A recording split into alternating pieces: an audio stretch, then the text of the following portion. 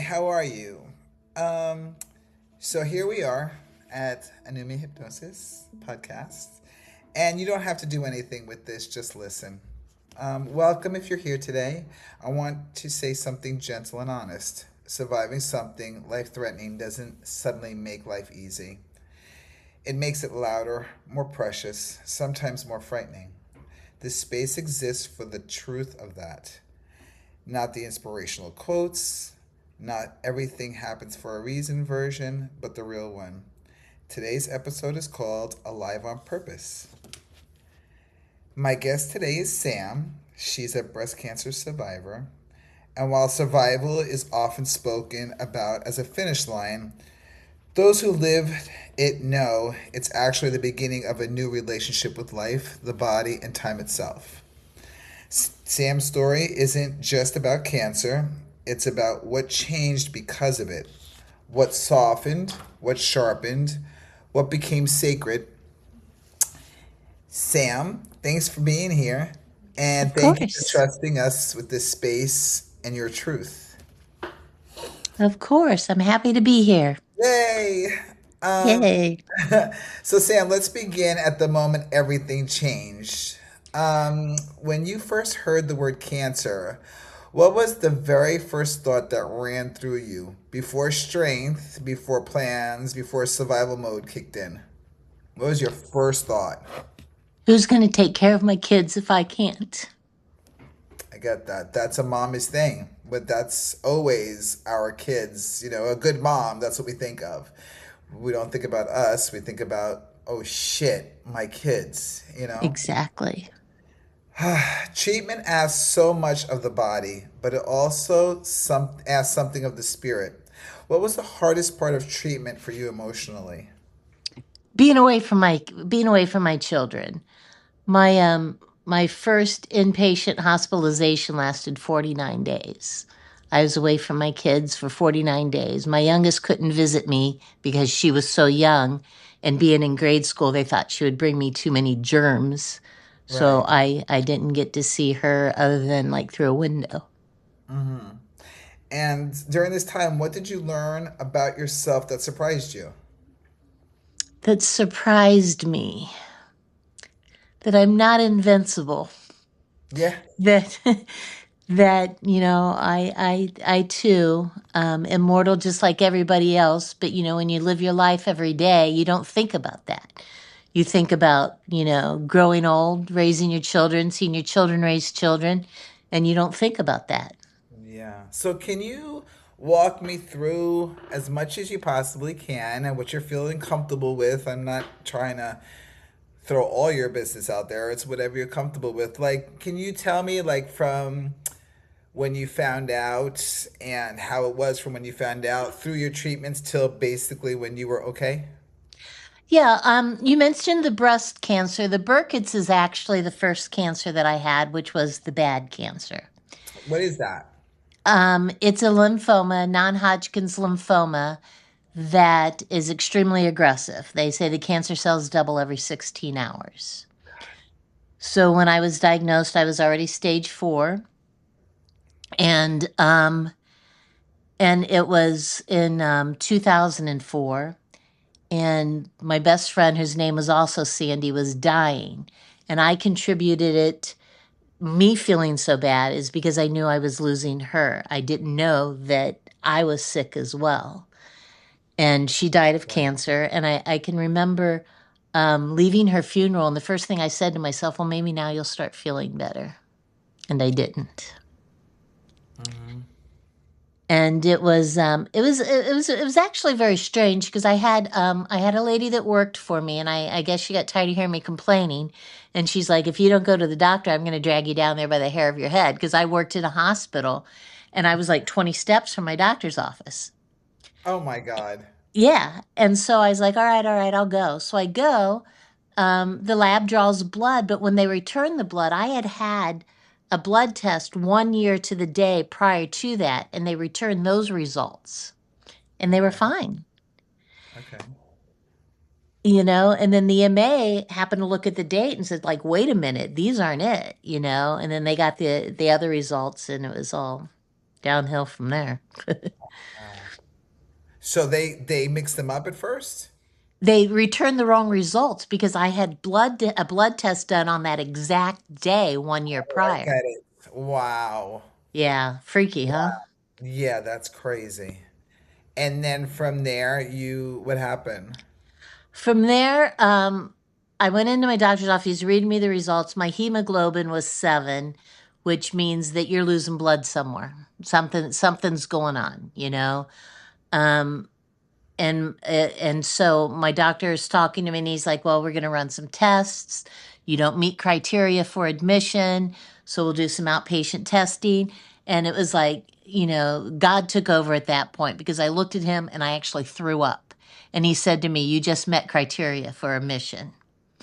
So they started admitting me. And, like I said, I worked at this hospital, so I knew Right. everybody. I was a manager there. So they didn't have anybody in radiology. So the manager came in to do the ultrasound. And I can remember him pushing me in the wheelchair back up to my room. And I said, "Man, I hope I found out I said, I hope they found what they were looking for, or what, the problem is." And he's like, "Yeah, I think they did."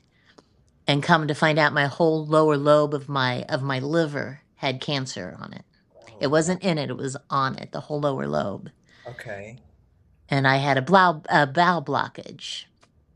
Oh my God. So yeah, it was pretty crazy. They took me up to my room, and by this time my head's spinning.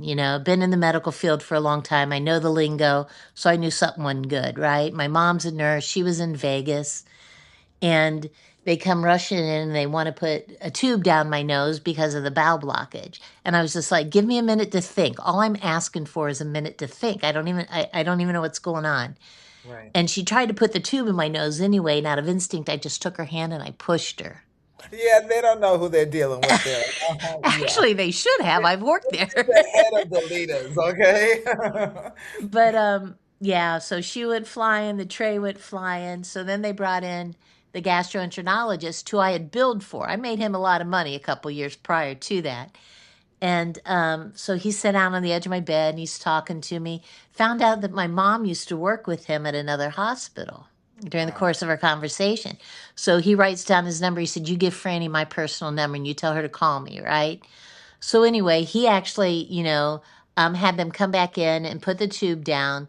And then he came back in and he was like wiping. He's like, "They didn't clean you up," and he was just to this man to this day, I just think was just such a kind soul. Yeah. And so, I made my phone calls, and, the people at work started teasing me about, "Boy, the skies opened up, the roads opened up," because everybody showed up. My Yeah. mom was in from Vegas, my sister from Florida, my brother from Ohio, and then my best friend. Everybody just came to support me. Right. And then they had to find a hospital to take me because at that time I lived in Illinois and they wanted to send me over to St. Louis. But St. Louis didn't want any patients from Illinois because there were so many lawsuits going on, malpractice suits going on. So Okay. everybody from Illinois was like, "We don't want to see them." Right. So they end up sending me to St. Louis University Hospital, which is a teaching hospital. And that's where I was basically for the next 49 days. I did go home one day, Okay. but that's where I was, and it was just, I think, and I'll get emotional, It's but I okay. think Told the you. very hardest part Coffee. Hmm. was when the doctor walked in the room to give them the results, and they told me I had cancer. It was the look on my mom's face, broke my heart. Right. And I was like, I did that. I blamed myself for her feeling the way she felt. Girl, that was completely out of your hands. Yeah, yeah, that That I had do. nothing And to do with you. And I And just remember everybody sitting around my bed and everybody was so sad. And I was just like, the hell with it. Somebody give me something, knock my ass out. I'm going to deal with this later. Just give me right. some drugs, knock me out because I can't deal with it right now. Yeah, And that's that's what they amazing. did. Good thing.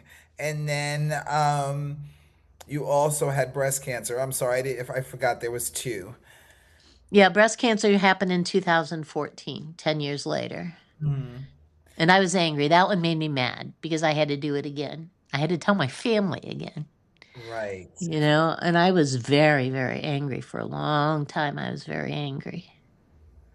And you're fine now though with Yeah, everything. I'm good. I'm good. Little Okay. PTSD, but I'm healthy. Why wouldn't you have that, you know? Yes. So, so when the treatment ended, people may have expected celebration, relief, closure, but there's often a quiet emotional aftermath. What did it feel like after cancer when the appointment slowed down but the awareness stayed?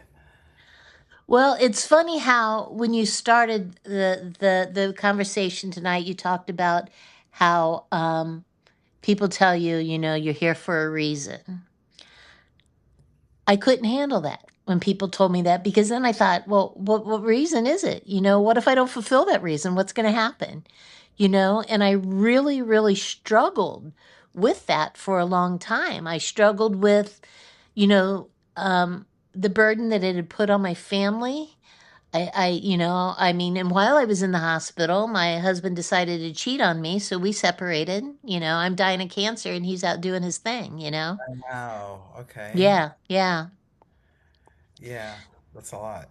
Yeah, but when everything finally slowed down and I had a chance to realize what had just happened because my treatments lasted 10 months, okay? I would get admitted into the hospital every 3 weeks for 5 days and I would have chemotherapy 12 hours on and 12 hours off. And no hair, no eyebrows, no nothing. And you don't even realize what it does to you. I was walking, to watch my daughter's soccer game, and because I had lost all my nose hairs, I had like a gnat just flew straight up, man, straight up and took That's up so residency, man. Took up It was residency. crazy. It was just crazy, and so it was just dealing with your appearance because you're on so many steroids, you're on so many different kinds of medication. It changed everything about me.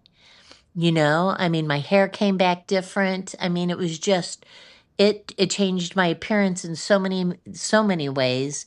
And then obviously it changed my just my outlook on life. I kept thinking, because there was always a good chance that it could reoccur.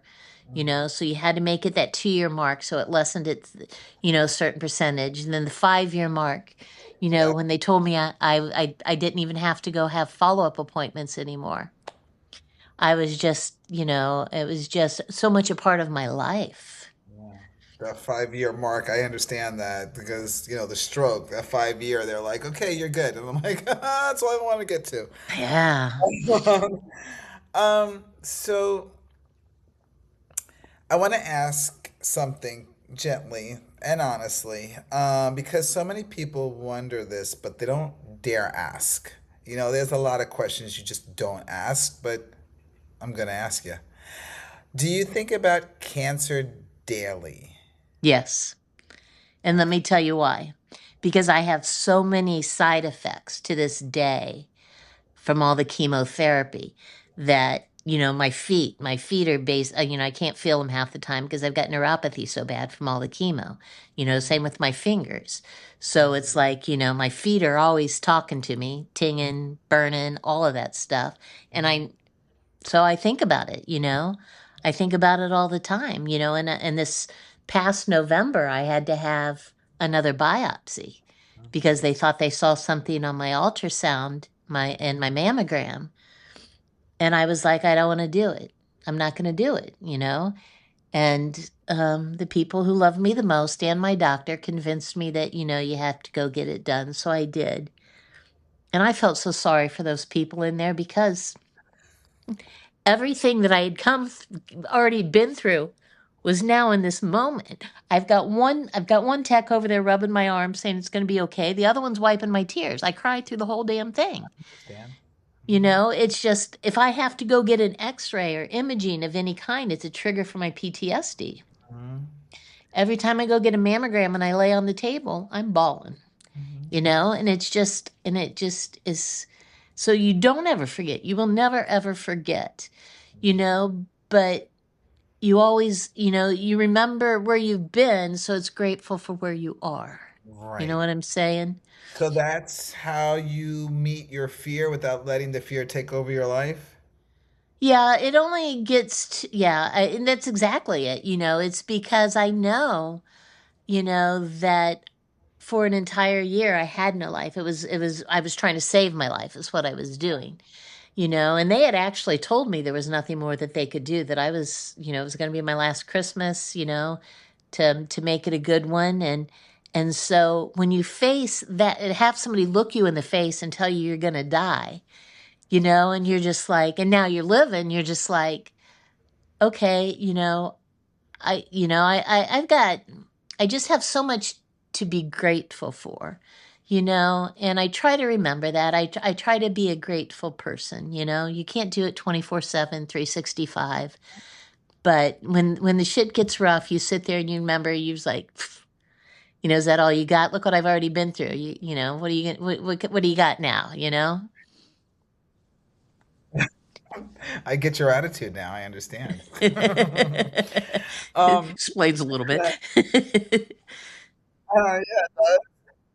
So before we talk about what it gave you, I want to honor what it took.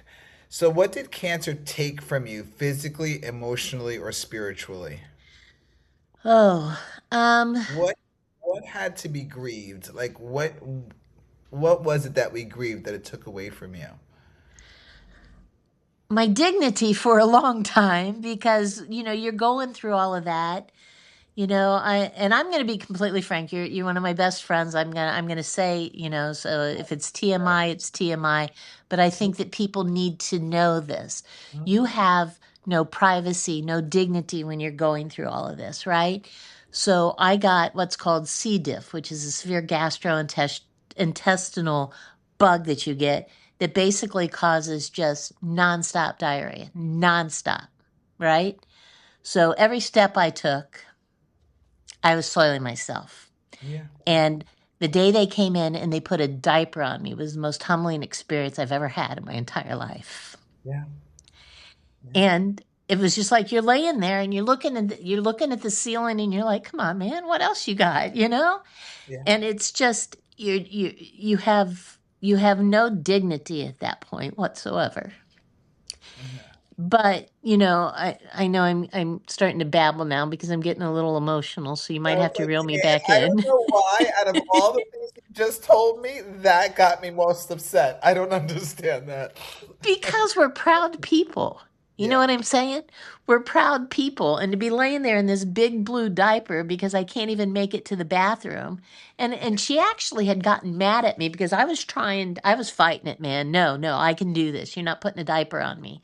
Yeah. And I didn't make it. And she actually got mad at me.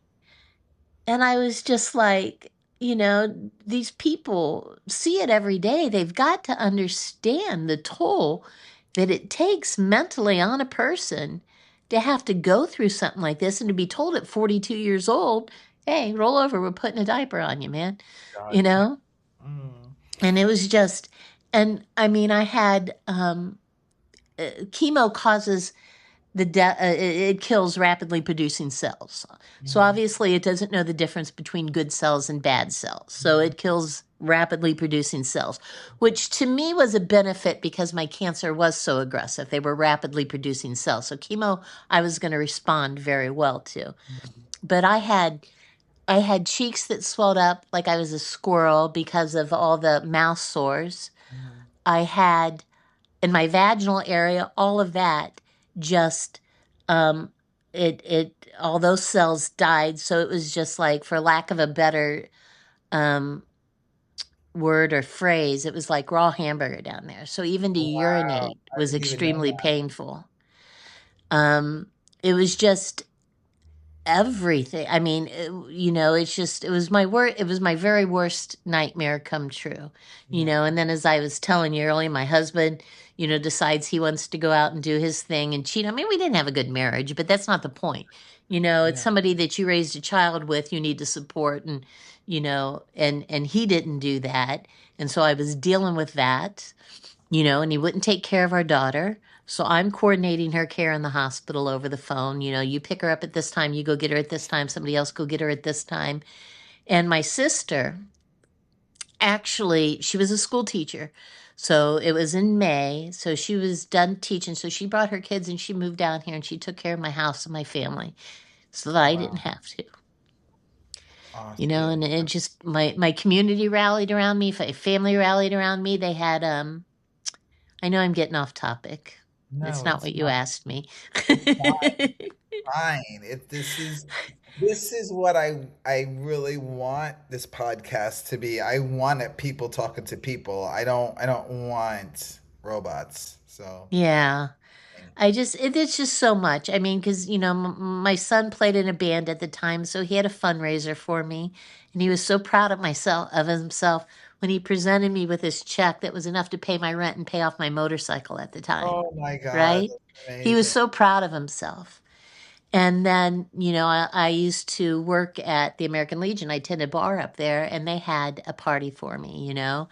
And I remember the person that won the 50-50, he just walked right back up and threw it back in the hat. And he said, "That's for you." Wow. Because he was a very dear friend of mine. I lived in a small community, so everybody knew everybody. And it was just so, you know, that is why when I say I gained so much from it also, is because I learned that, you know, the power of prayer, number one, you know, the support of my family and friends, you know, monumental. I can't imagine anybody having to go through that without that kind of support. Yeah.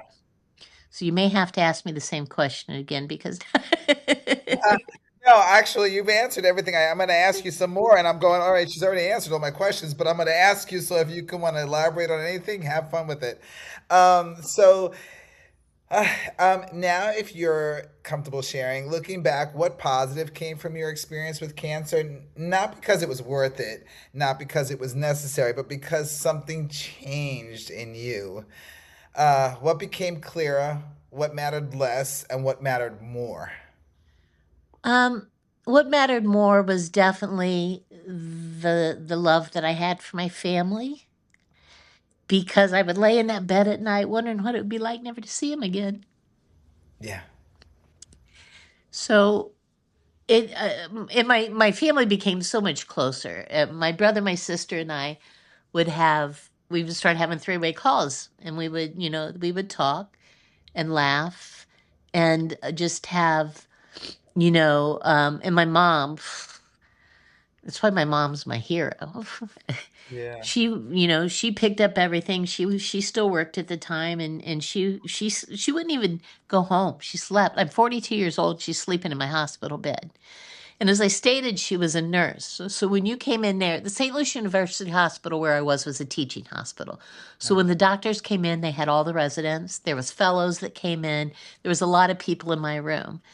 And when you walked in my room, you better have your shit together or there was going to be hell to pay for my mom.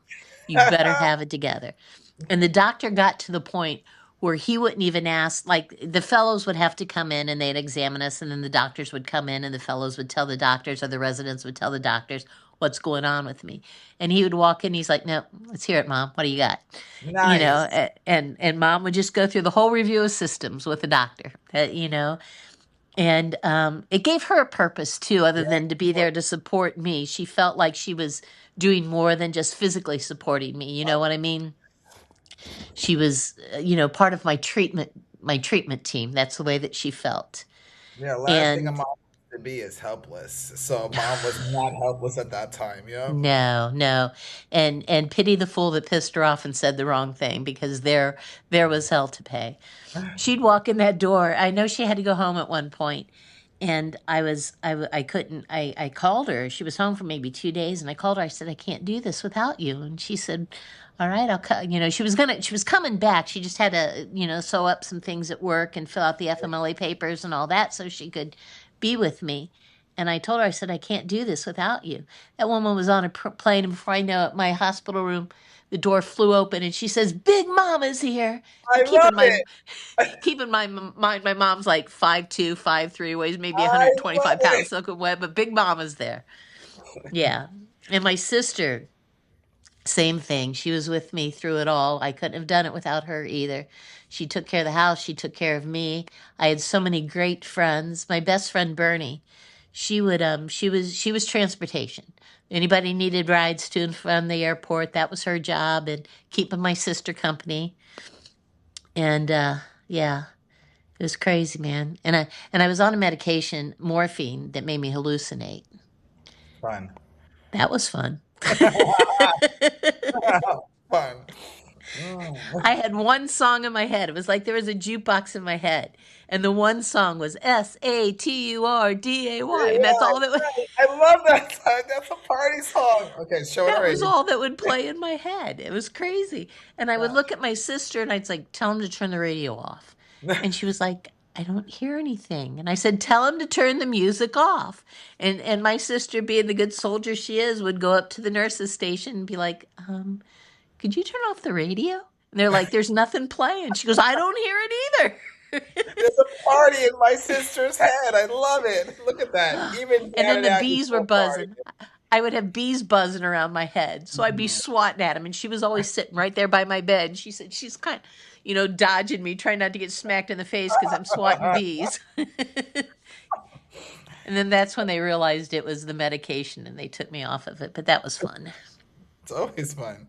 So then what mattered less? What mattered less? What did you just stop giving a shit about at that point? I think, oh God, what mattered less to me? I think just obviously the husband who became the ex, he mattered a lot less because he Yeah, wasn't there to support me. He was only there to hurt me even more. And that's why I told mom, I said, I think I got rid of two cancers at once there you go. because, that's what he was. And I think what mattered less was just the everyday, I got to do this, I got to do that. It was stop, enjoy your life, quit rushing around. Life is meant to be lived. You're the second And person that's told me that today. yeah, Hmm. some truth behind it, I believe then. But yeah, Wow. yeah, I think that's what mattered less. Yeah. And what became clearer to you? That, it can all end. It can all end, that nobody's going to be here forever. And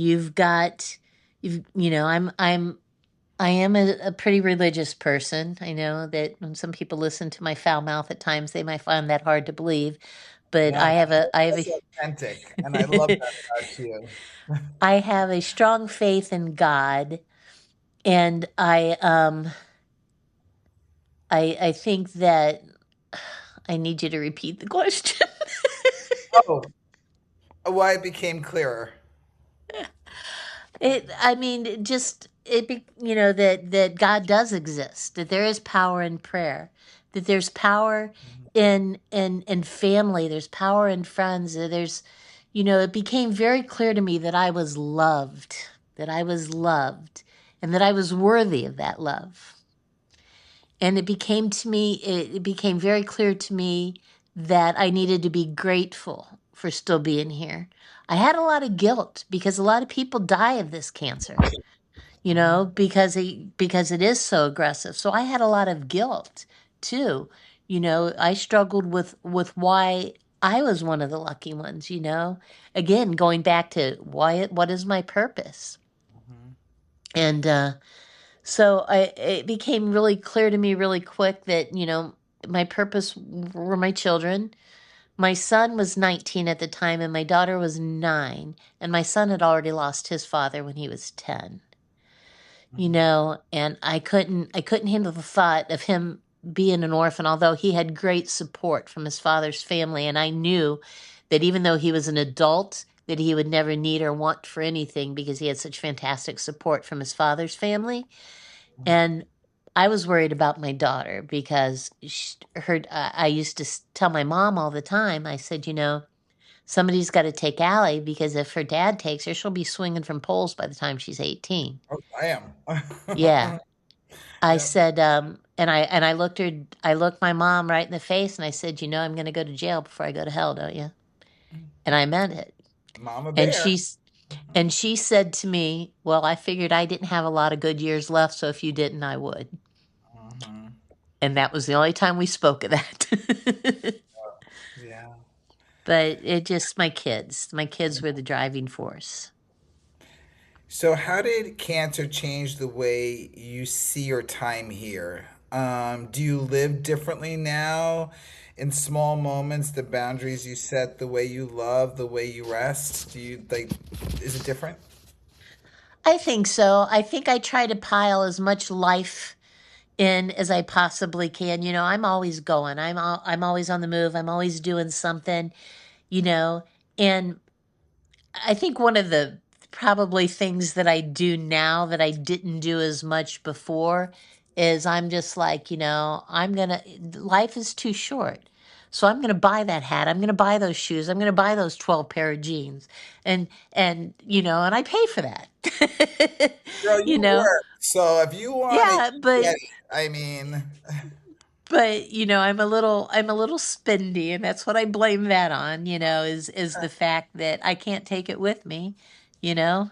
yeah, And and it could be tomorrow, it could be the day after, it could be 40 years from now. We don't know, you no, know? I don't. don't know. But Absolutely. I try to live with purpose.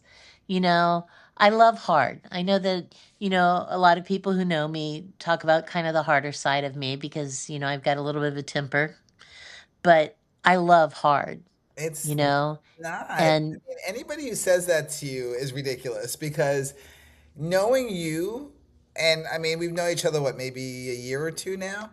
no, it's been like 3. It's been like No 2 years way, since really? Rick's cancer. That tells you how old Yeah. I am, okay? Like, I don't remember anything. No, But life just is going at uh, lightning speed.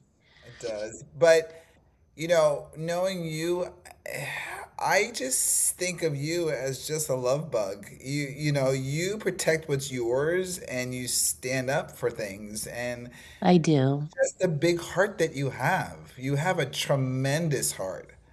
I'm So, a very, very loyal person. I'm mhm, an extremely loyal person. You mhm, mess with one of mine and there's hell to pay, you yep. know? Mhm, And whether it's my children, my friends, but like I said, I just love really hard. And I don't think people sometimes understand, why I love so hard, mhm, because I tell people I love them all the mhm. time, Too. you know, and I'm a protector. That's what I do. It's innate. I was born. That had nothing to do with cancer. I was born with that. Right. My daughter's got it too. I was born with that. Yeah. But I just try to live my life with purpose. Try not to get discouraged so much. And You're amazing. oh, Um, you're amazing. People often call survivors strong, but strength after cancer often looks quieter. How do you define strength now? Um, I've always thought I was a strong person. I've always been a strong person. I was the baby of the family, but I was always the one that they sent in to take care of business. Mhm. So I've always been a strong person. But after cancer, I knew that it was going to have to be big in order for it to break me. You know what I'm saying? Because if I can survive that first cancer and then turn around 10 years later and get a second cancer and kick its ass too, I Mhm. knew that I had strength. And it speaks, and what I've done, what I've survived speaks to that. I don't have to walk around telling everybody, look at me. I'm strong. Oh, 2-time cancer survivor. Beat it. you know? Right. So it's a quieter kind of thing, yeah. So um so the difference between before and now is before you had to show it, now you just know it. Yep. Yep. That's pretty much it. It's you. And Uh, I'll show it if somebody questions yeah, I it. know. The title of this episode is Alive on Purpose. What does that phrase mean to you? Oh, that's a good question. Alive on purpose. I think it's because what it would mean to me is because, I mean, you're born, you live. You know what I'm saying? And then you die, right? But Mhm. I fought to stay here. you know? I didn't just born and walk through life. I fought my ass off to be here. Yeah, did the chemotherapy save me? Absolutely. Did the radiation therapy save me? Absolutely. But it was my determination, my love for everybody around me and wanting to be in their lives was I did that. So that's alive on purpose to me. Does that make sense? Absolutely. Absolutely. So, how has surviving cancer shaped how intentionally you live? Um I think I don't, because I don't take life for granted anymore. I don't, not that I'm certain you think about that you're taking life for granted before something like this, but you realize after everything that you've gone through that you just live with intention. You live, you want to see tomorrow again, You want to wake up and you want to see tomorrow. And where before, again, it's taken for granted that tomorrow's going to be there. And I learned quick, fast, in a hurry that that's not necessarily true. Hmm. Yeah. So, if someone listening right now is newly diagnosed or living scan to scan or afraid every ache means something more, what would you want them to hear from somebody who's been there? First, I would tell them that feeling will never go away. It will never go away. So now you have to learn how you live with it, right? And that's what I was, saying before. Every X-ray, every time they lay me on a table and I look up and I see ceiling tiles, the PTSD comes in. But you have to accept help, first of all. You have to realize that, okay, you're not weak because of this. And take the support that people give you. Educate yourself first and foremost. Educate yourself. And know that there's hope. And if I'm nothing, I'm hope for somebody Yeah. because I've been through so much. And I remember, and that's one of the phrases they use a lot with American Cancer Society, Leukemia and Lymphoma Society. It's always hope, hope. And on my daughter's 18th birthday, she got hope tattooed on her bicep for me. Mhm. You know, so always try not to let the negative thoughts, which is, I know it's nearly impossible, and they're going to invade your brain when you're laying there at night because chemo causes sleeplessness, so they're going to invade your brain when you're laying there at night in the dark and you're thinking about, God, what's going to happen to me next. you know just remember that light comes, that fight it with everything you got, because again, the medication and all of that is going to help you, but it's your spirit that's going to bring you through it. 100%. And it's the worst fight you'll ever go through in your life, but it's going to be the most rewarding one that you've ever been through in your life, because there's so much out there to live.